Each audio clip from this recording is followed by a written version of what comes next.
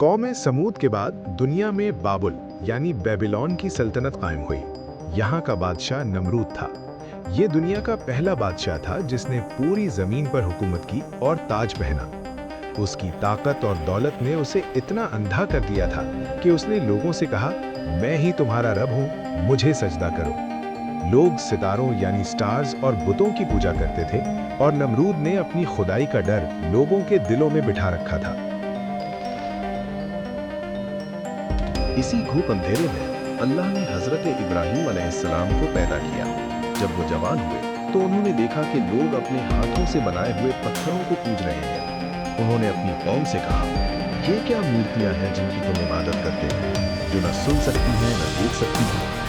एक दिन जब सारे लोग मेले या फेस्टिवल पर गए, इब्राहीम अलैहिस्सलाम ने मंदिर में जाकर सारे छोटे बुतों को तोड़ दिया और कुल्हाड़ा बड़े बुत के कंधे पर रख दिया। जब लोग वापस आए और ये मंजर देखा तो इब्राहीम अलैहिस्सलाम को पकड़कर नमरूद के दरबार में पेश किया। नमरूद ने गुस्से से पूछा, तेरा रब कौन है? इब्राहीम ने कहा, मेरा रब वो है जो जिंदा करता है और मारता है। नमरूद ने कहा, ये तो मैं भी कर सकता हूँ। और उसने एक कैदी को मार दिया और दूसरे को छोड़ दिया। फिर इब्राहीम अलैहिस्सलाम ने ऐसी दलील दी जिसने नमरूद को लाजवाब कर दिया। मेरा अल्लाह सूरज मशरिक यानी ईस्ट से निकलता है, तू उसे मगरिब यानी वेस्ट से निकाल कर दिखा। नमरूद हक्का पक्का रह गया। नमरूद के पास जब कोई जवाब न बचा तो उसने ताकत का इस्तेमाल किया। उसने हुक्म दिया, इब्राहीम को जला दो और अपने खुदाओं की मदद करो।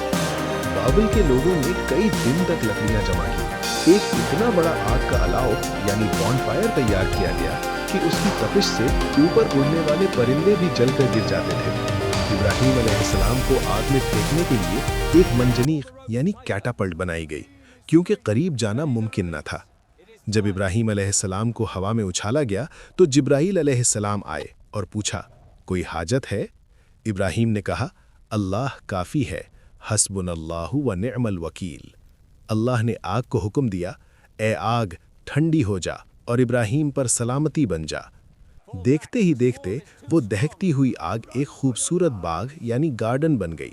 लोग हैरत से देख रहे थे कि इब्राहीम आग के बीच में सुकून से बैठे हैं। इस खुले मोज़े के बावजूद नमरूद ईमान ना लाया। उसने अल्लाह से जंग करने का ऐलान किया। अल्लाह ने उसके मुकाबले के लिए अपनी सबसे कमज़ोर मखलूक भेजी, मच्छर। मच्छरों का एक ऐसा बादल आया जिसने सूरज छुपा दिया। उन्होंने नमरूद की फौज का खून चूस लिया। एक लंगड़ा मच्छर नमरूद की नाक में घुस गया और उसके दिमाग तक पहुंच गया।